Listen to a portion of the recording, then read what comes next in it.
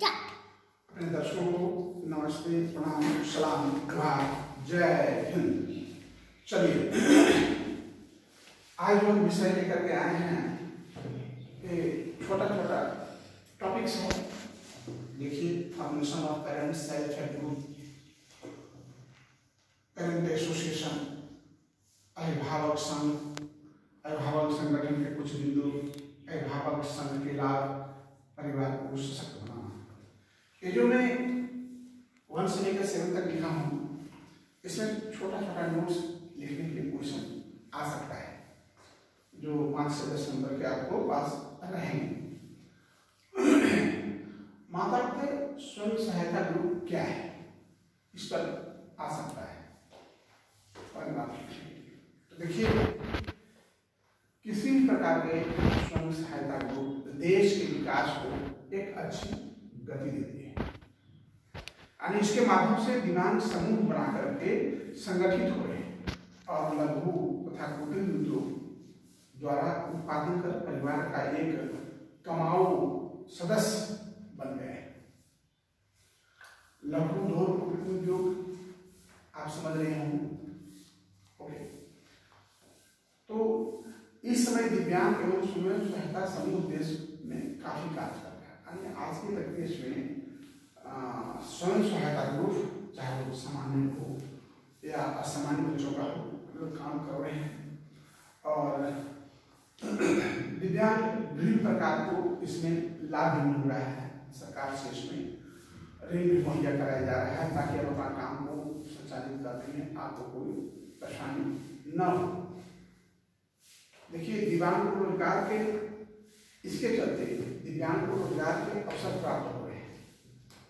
साथ ही साथ स्वयं सहायता समूह के द्वारा आपस में एक सहयोग की भावना भी बन जाती है। क्यों? आपस में लोग जुड़ते हैं तो उनको एक सहयोग की भावना बनी रहती है। हम लोग एक हैं, वो लोग अपने दुख बांटते हैं, बैठ करके करके अपने आप में बात भी करते हैं, उनको संतुष्टि मिलती है, लगता है हम भी अर्थ कर रहे हैं और हमारा भी समाज है, अकेला नहीं है। आप देखते हैं हमें कई ऐसे दिव्यांग हैं जो बहुत पैरालिसिस हैं और अपर लिम्ब पूरा फिट है और गार्जियन उसको घर में कोना में जगह दे दिया है और बैठा रहता है। वह व्यक्ति शारीरिक रूप से दिव्यांग था ही, अब वह साल 2 साल घर में 1 मिनट बैठने के बाद वह मानसिक रूप से दिव्यांग हो गया है। तो इसे आप यह भी निष्कर्ष निकाल सकते हैं कि हमारा सामाजिक, आर्थिक, मानसिक, शारीरिक सभी तरह का विकास होता है हमारा आपका स्वयं सहायता समूह। अभी इसका उद्देश्य क्या है? देखिए, एक पॉइंट है स्वयं सहायता समूह का लक्ष्य, AIIMS of SHG, self help group. तो देखिए, इसका मुख्य उद्देश्य तो सबको पता है कि स्वयं सहायता समूह का मुख्य उद्देश्य एकजुट होकर लघु उद्योग कुटीर द्वारा, माने मुख्य उद्देश्य है धनोत्पादन करना। इसके साथ ही यह दिव्यांग को संगठित एवं व्यवस्थित धारा प्रस्तुत करती है। अपने आपस में लोग सुख बांटते हैं एवं किसी भी कार्य को नैतिकता को, नियंत्रण को बनाए रखते हैं। स्वयं सहायता समूह लक्ष्य अपने सदस्यों की शिक्षा पर प्रचार प्रसार नियंत्रण बनाए रखता है, क्योंकि एक कोई ऐसा होता है कि भाई हम लोग ऐसा कोई काम ना करें कि जिससे समाज में हानि हो और लोग बोले क्या है वो ठीक नहीं है। ऐसे देखिए, एक जीवन है, हमारे 6-7 हमारे ऑफिस लीडर्स हैं, हम लोग आपस में अच्छे संबंध हैं और आज हम लोग इस संस्थान को 33 वर्षों से चला रहे हैं। आप इसको स्वयं सहायता के ऊपर नहीं कर सकते हैं, लेकिन आपस में ऐसा हम लोग का एक ब्राव है, क्या बोलेंगे, सामंजस्य स्थापित है, एडजस्टमेंट है कि हम लोग अभी तक टूटे नहीं है। इसके साथ समूह जो है ना, एक उद्देश्य विकलांगों को पुनर्वास भी करता है। कैसे पुनर्वास करता है? क्योंकि एक दूसरे का सूचनाओं का आदान प्रदान करता है। आप क्या जानते हैं, हम क्या जानते हैं, आपको कुछ जानकारी है, हमको कुछ जानकारी है। स्वयं सहायता समूह ऐसे उद्योगों पर काम करता है जो हमारे देश हित में होता है, यानी हमारे देश के सामाजिक विकास में से सम्मिलित होता है। अब आगे है पेरेंट एसोसिएशन। देखिए ये बहुत मुख्य चीज है, अहम चीज है। पेरेंट एसोसिएशन अभिभावक संघ। देखिए कहा गया है ना कि प्रथम शिक्षक तो उसका माता और पिता और परिवार ही है। तो अभिभावक संघ जो है एक ऐसा संगठन है जिसके द्वारा अभिभावक अपनी समस्याओं का समाधान के बारे में सोचते हैं। कोई पूछ दे कि पेरेंट एसोसिएशन क्या है, एक शब्द वन सेंटेंस। अभिभावक संघ एक ऐसा संगठन है जिसके द्वारा आपस में अभिभावक अपनी समस्याओं का समाधान करते हैं और एक दूसरे के बारे में सोचते हैं। क्योंकि किसी भी दिव्यांग बच्चों से संबंधित समस्याओं उसके अभिभावकों के अलावा कोई और अच्छी तरह से नहीं समझता। इट इज फैक्ट दैट उसके बच्चे की समस्या को आप प्रोफेशनल को बताएंगे तब वो समझेगा, लेकिन माता पिता तो जब से बच्चा गर्भ में तब से ही उसी समस्या को समझता है। अभिभावक संघ द्वारा अभिभावक अपने को अलग नहीं समझते। क्यों? क्योंकि वापस में मिल करके समस्याओं का हल निकालते हैं। भारत में 1947 से पहली बार 1941 में पहली बार चिल्ड्रन सोसाइटी नामक मानसिकमंद बच्चों के लिए एक विशेष स्कूल की स्थापना की। भारत में दूसरी बार स्कूल अध्यापकों द्वारा 1944 में school for children in the special career नाम से खोला गया। आज के डेट में हमारे भारत में 100 से भी ऊपर विशेष विद्यालय हैं। अभिभावक संघ के सभी सदस्यों को व्यवहार एक जैसा होना चाहिए, क्योंकि जब तक आप व्यवहार के साथ नहीं रखेंगे तब तक आपस में आप सामंजस्य बना नहीं सकते। इसके अपने नियम एवं एक मानक होते हैं। समूह का आकार सदस्यों पर आधारित होता है, सदस्य है उस पर निर्भर करता है। अब आगे है अभिभावक संघ के उद्देश्य यानी पर्पस, ऑब्जेक्टिव, एम। अभिभावक संघ के उद्देश्य AIIMS of P parent association. देखिए इसका उद्देश्य क्या है? दिव्यांग बच्चों के अभिभावकों अकेले ही नहीं समस्या से ग्रसित हैं, बल्कि बहुत सारे और आपसी अंतक्रिया और अनुभवों को बांटने से उन्हें नैतिक समर्थन मिलती है। यानी पूरी अंतक्रिया करते हैं, हमारी समस्या क्या है, आपकी समस्या क्या है। तो जैसे आप ग्रुप डिस्कशन करते हैं ना पढ़ाई में, तो आपके अच्छे ज्ञान की जानकारी होगी। उसी तरह से वो लोग भी आपस में अंतक्रिया करते हैं। अभिभावक संघ द्वारा दिव्यांग बच्चों को जरूरतों से संबंधित एक दूसरे के अनुभव एवं ज्ञान का आदान प्रदान का माहौल प्रदान होता है। निश्चित है हम अगर एक कम्युनिटी में हैं तो मैंने पहले बता चुका, आपका जो ज्ञान है हम एक्शन रिवील करते हैं, हम अपने ज्ञान को आपको देते हैं, तो इससे हमको अच्छा बनने का मौका मिलता है। एक ही तरह की समस्या से ग्रसित परिवारों को प्रत्यक्ष रूप से अंतक्रिया में सहायता मिलती है। यानी जो बच्चा का समस्या हमारे साथ है वही बच्चा का समस्या आपके साथ है, तो हम लोग को एक दूसरे में बहुत सहायता मिलती है सीखने और सिखाने में। आम जनता के लिए पैदा करने में सहायता करती है। यह पूरे परिवार को शामिल होने का मौका उपलब्ध कराती है। पेरेंट एसोसिएशन पेरेंट आ सकता है जो इस फील्ड की जानकारी होना चाहते हैं। जैसे मैंने अभी 33वां वर्ष जीवन से पूरा होने पर मैं एक अभिभावक प्रशिक्षण कार्यक्रम पेरेंट ट्रेनिंग प्रोग्राम चला रहा हूँ। उसमें से पेरेंट रहेंगे और ऐसा नहीं कि पेरेंट कोई भी पुलिस पब्लिक प्रेस दिव्यांग बच्चे कहीं भी भूले भटके मिल जाते हैं, तो आप उस बच्चे को कहाँ देंगे और क्या करेंगे, तो इसके बारे में आपको विस्तृत जानकारी होना चाहिए। इसके लिए एक दिवसीय training program 1 day training program रखा हूँ। कोई भी शामिल हो सकता है 20 फरवरी को। यह पूरे परिवार को शामिल होने का इस समय कर रहा हूँ। इसमें बच्चों के साथ अभिभावकों का भी ध्यान रखना है। स्वाभाविक है हमारी समस्या ये तो कहने की चीज नहीं। यहाँ संसाधन उपलब्ध करवाने में स्वयं सहायता करते हैं। कुछ संसाधन लाना है तो गार्जियन लोग करके बात करके कर लेते हैं। आम जनता के लिए दिव्यांगता संबंधी जागरूकता पैदा करने में सहायता करती है। माने अभिभावक संघ जो है वो कार्य करते हैं, आम जनता को भी और लोगों को इसके बारे में जानकारी देते हैं। अब आगे है अभिभावक some points for parent some points for formulation of P आणि अभिभावक संगठन के कुछ बिंदु some points for formulation of PA parent association गठन के लिए कुछ पॉइंट होना चाहिए, एक मानक होना चाहिए। अगर वो मानक नहीं रहेगा तो बहुत जल्दी पेरेंट एसोसिएशन तीतर हो जाएगा और बिखर जाएगा। हमारे यहाँ पेरेंट एसोसिएशन हैं, पहले चेयरमैन थे आपके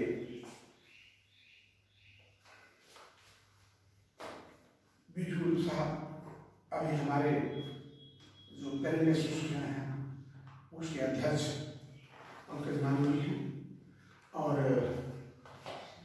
बहुत सारे अपने देश के पेरेंट उससे जुड़े हुए हैं। कई कार्यक्रम वो लोग चलाते हैं, अवेयरनेस भी पैदा कराते हैं।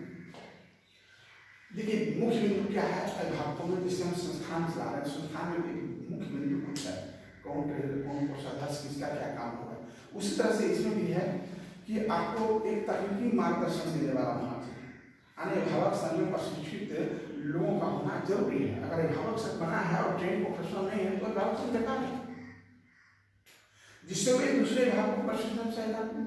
यानी ऐसा नहीं कि वेल ट्रेन न हो अभिभावक तो फिर अन्य अभिभावक किसी प्रशिक्षण दें, इसलिए उसमें भी एक ट्रेंड पर्सन हो सकता है।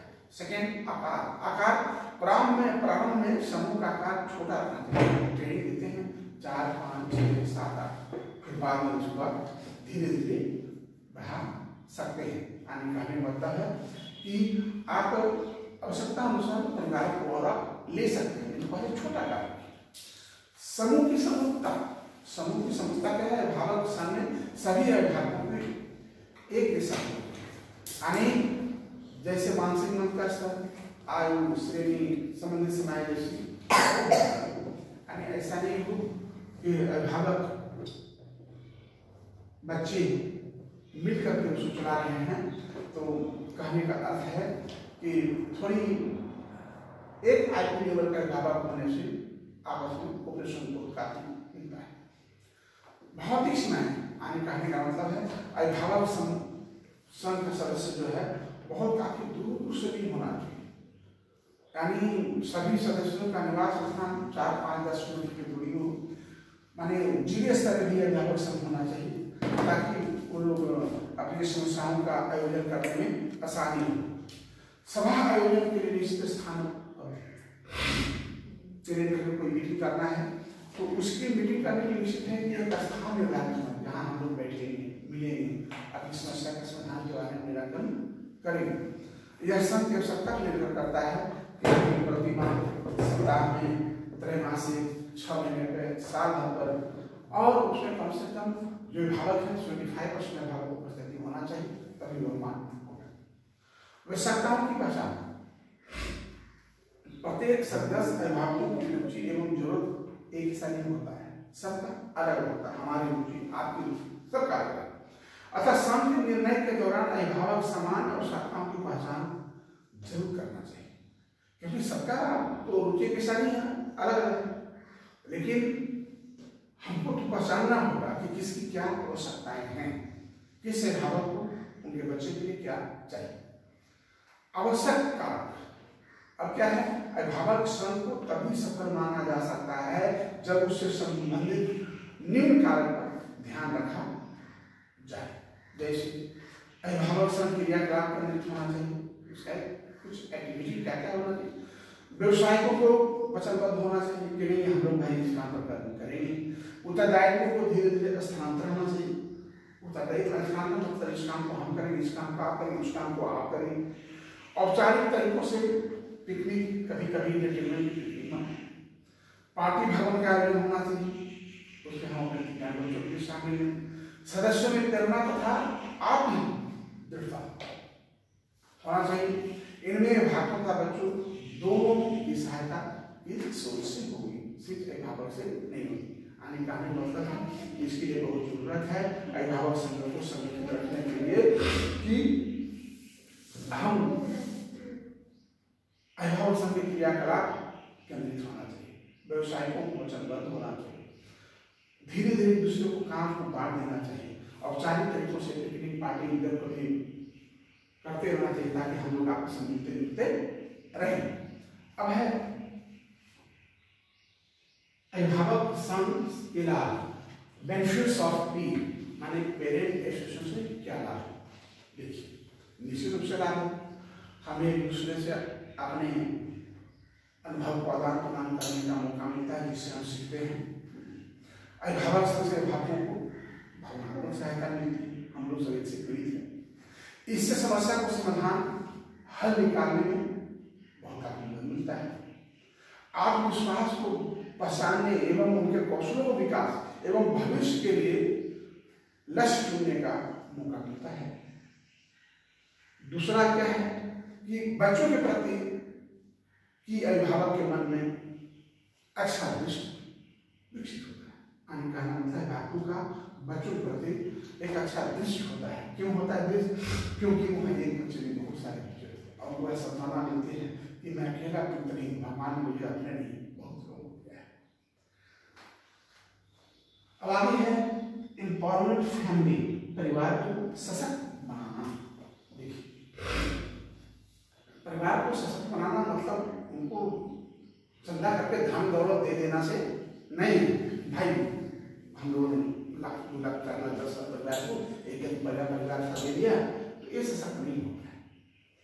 सशक्त का अर्थ है कि परिवार का आश्रम आवश्यक संसाधनों वाले तनावग्रस्त और अक्सर अलग अलग परिवार से होता है। कहने का मतलब है उसमें डिफरेंट परिवार की जरूरत है। कार्यक्रम किसी भी समस्या व्यवहार को रोकने हस्तक्षेप अनिवार्य बना कहने का अर्थ है कि कोई समस्या है तो उसको समाधान के लिए हम सब मिलकर के उनको और सशक्त बनाएंगे। परिवार को सशक्तिकरण कार्यक्रम विशेष रूप से पेशेवर न केवल दिव्यांग बच्चों यानी जो दिव्यांग बच्चे हैं उनको हम ज्यादा ट्रेन करने का प्रयास करें ताकि जो अन्य अभिभावक हैं उनमें आत्मनिर्भर हो सके कि अगर आज अभिभावक सब नहीं होता तो हमारा बच्चा का विकास नहीं कर पाता। परिवार केंद्रित समर्थन सशक्तिकरण रणनीतियां प्रदर्शन किया जा सकता है कि हम लोग सब मिल करके एक रणनीति बनाए, आज पिकनिक करना, आज बच्चों को पढ़ाना, आज बच्चों को सेंटर में सेंटर में टेस्ट कराना, तो ये सारी चीजें अभिभावकों को होना चाहिए और तब जाकर अभिभावक सशक्त बने। परिवार को सहानुभूति प्रदर्शन करना चाहिए। परिवार को सहानुभूति के बिना व्यवसायिकों को परिवार के समर्थन और सशक्तिकरण गतिविधि में संलग्न होने की प्रेरणा की कमी होती है। अतः उनको मोटिवेट करना बहुत जरूरी होता है। साथ ही साथ पेशेवर जो होते हैं, प्रोफेशनल जो होते हैं, परिवार के फैसले का पालन करने का प्रयास करना चाहिए। यानी परिवार अगर कुछ फैसला लेते हैं तो उसमें प्रोफेशनल जो है फिजियोथेरेपी तो उनको भी सहभागिता लेना चाहिए। क्यों लेना चाहिए? थोड़ी सी उनकी खुशी में शामिल होना चाहिए, उन्हें आनंद मिलता है कि हमारे साथ एक प्रोफेशनल लोग भी हैं। वैसे तो पेरेंट एसोसिएशन को भी प्रोफेशनल रखना चाहिए। सशक्तिकरण कार्यक्रम में समर्थन प्रणाली बढ़ाएं। समर्थन प्रणाली बढ़ाने का मतलब है परिवार के अन्य सदस्य शामिल करें। यानी ऐसा नहीं है कि परिवार में सिर्फ परिवार होगा और कोई अन्य सदस्य जुड़ सकता है, कोई जोड़े जो कोई फाइनेंस की मदद कर सकता है, कोई मानसिक मदद कर सकता है, कोई शारीरिक कर सकता है, आप प्रोफेशनल को भी जोड़ सकते हैं। तो इससे मिला मानी कहने का मतलब है सिर्फ फाइनेंशियली नहीं बल्कि अन्य स्रोतों से भी अभिभावक को इम्पावर करना है, मजबूत करना है, सशक्त करना है। इसी को कहते हैं इम्पावर। जय